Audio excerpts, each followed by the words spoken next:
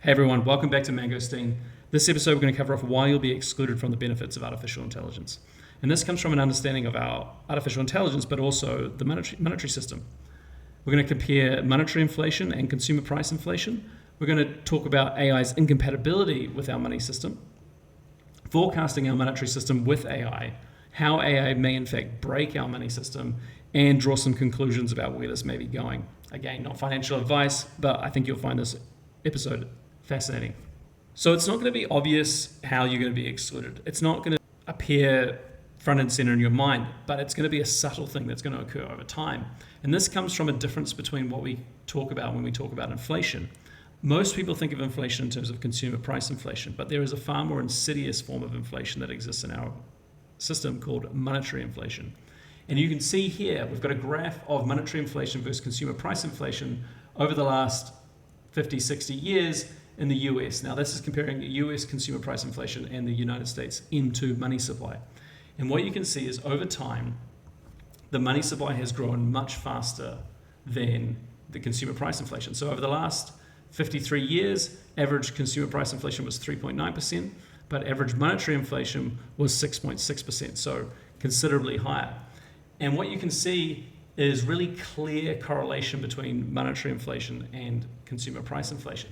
So for example, in the late 60s and early 70s, you can see these spikes. You can see a period of high monetary inflation right here, and then we get consumer price inflation. And then again, we get this period of high monetary inflation, and then bam, we get another period of consumer price inflation. And then bam, we get another period of monetary inflation, and then soon after it follows, we get consumer price inflation. That is that consumer price inflation is generally causal to the amount of money created in the system.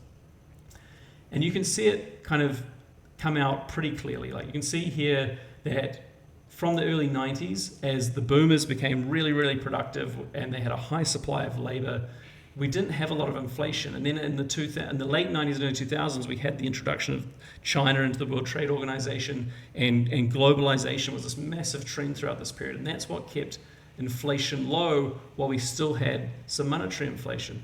But you can still see that direct causal effect. You can see money inflation come up, and you can see consumer price inflation respond to that increase in money.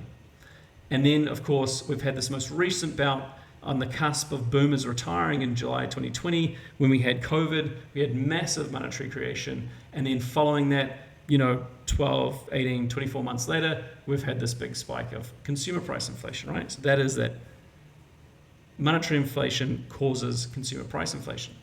Now, on the long-term basis, we have high monetary inflation and lower consumer price inflation. Now, the difference between these two is the productivity that the government and central banks are able to extract from the economy, essentially the growth, us getting better at producing things that they can then repurpose to spend into the economy how they see fit.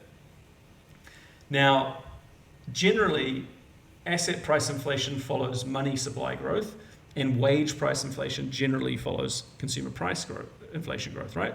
Now, the key insight is that AI, over this next sort of decade or so, will create this massive productivity spike, right? We're all going to get more efficient. Humans are going to be able to produce more with a lot less labor input, right? And as robotics gets merged with AI, that's going to occur for blue-collar professions just as much as it's occurring for white-collar professions that we have today. So what we have is we're going to have this massive increase in productivity, and that's going to increase this delta between monetary inflation and consumer price inflation. And that is what's going to project out over the next 10 years. And I'm going to show you how that's going to be really impactful in your life. So here is the same graph, but we've placed monetary inflation and consumer price inflation as an index value, this is this main graph here. Now, everything's indexed to 100 in 1971, so they match the same, but a 6.6% growth rate on monetary inflation versus a 3.9% growth rate on consumer price inflation results in a massive difference now over 50, 60 years, right? And we can project this out. So if we take another example where we forecast that CPI is going to be targeted, or central banks and governments are going to target a consumer price inflation of 1 to 3%, and we're going to say that they're going to hit around 3% over the next 10 years. But we've increased monetary inflation to 15% to account for this increase in productivity that we're going to observe from artificial intelligence. we can project this out, and over the next 10 years, you can see the gap continue to grow to massive proportions. And if we factor in this idea that asset price inflation follows money growth, whereas wage inflation broadly follows consumer price inflation, we can see that, you know, our houses and our assets will get further and further priced out away from our ability to make that money with labor, or even really with like businesses that are income generating based off people's ability to pay for things, which is linked to their income, right? So both businesses and individuals will suffer as asset prices absorb this money creation, but the incomes aren't there to support capital appreciation in businesses, or rents on property, or incomes for people to go and consume things and invest. So it's going to be completely and utterly key for people to make sure that they are storing their time and their value in assets that are appreciating in value, can absorb this money supply.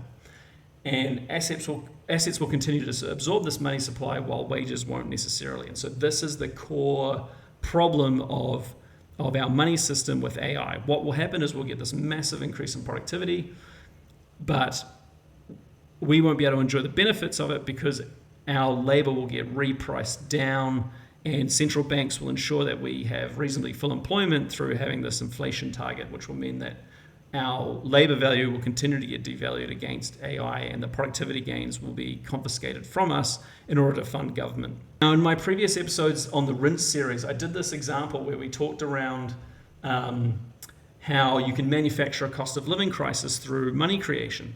And we talked about the scenario of 10% monetary inflation, how over a decade you could manufacture a cost of living crisis. Now, the problem is that this system will break if you have this high monetary inflation and this low consumer price inflation, because when our incomes can only purchase necessities now, our demand can't be managed through interest rates. What central banks do is they set the price of money, and if we're all just spending all our income on essentials in order to maintain, an existence, essentials are really inelastic. They don't respond well to a high or low cost of money. And so if they increase or decrease the cost of money, our consumption patterns don't change. And so central banks will lose the ability to control what is called aggregate demand, or the total demand in the economy that us as consumers have to purchase things, because we're only buying absolute essentials and necessities. And so you can't really reduce that down. And so this is where there's a real potential that AI could actually break our money system. So in summary, we will be excluded from AI's productivity boom. If AI is a massive boom for productivity, a large deflation signal will run through the economy. This deflation signal will be labeled as growth or productivity by economists and by central bankers and by government. And central banks will counter this signal to hit their 1% to 3% inflation target. And if AI increases, if 8 to 10% deflation growth signal in the economy, then our money supply will have to go from 7 to 9% inflation to 15, 17, 19% monetary inflation. Assets will absorb this supply, while salaries and wages will probably only continue to follow inflation, meaning that the gaps in asset prices to income ratios will continue to grow. So in conclusion, holding wealth in national currencies will exclude you from enjoying the productivity benefits of artificial intelligence.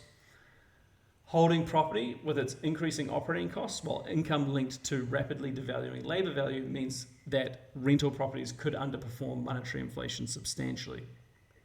Income-generating assets will have to be carefully selected to ensure that they aren't impaired by devalued labor. For example, service industries or industries that really aren't linked towards the ability to generate income from human labor will probably be impaired. Scarce assets with low maintenance costs will be key, but you have to be careful of demonetization. Gold is a good example of a scarce asset, or relatively scarce asset, that doesn't have a lot of maintenance costs. I mean, you do have to store it, and if you want, you can insure it. But I'd say is at risk of demonetization to other more advanced forms of money. And AI could accelerate the property and asset bubble, as inflation targeting with such high productivity signal will accelerate money printing and eventual currency collapse. So really interesting what's going on. AI could really be that sort of counterweight to our money system where so much productivity is being pushed into the system that so much money has to be created, and the system can't really any longer work as humans aren't able to really keep up, and we can't actually create a broad, like, people-oriented economy. So that's kind of the video I wanted to share today. I just wanted to go through my thoughts around artificial intelligence. I mean, everyone's talking about it at the moment, but I really wanted to put a monetary system spin on it and understanding how a money system works and how it may be affected by this introduction of AI that's going to occur over the next, 2 to 10 years, right? So I hope you enjoyed my video. Like, subscribe, comment. Cheers. Thanks, everyone. Bye.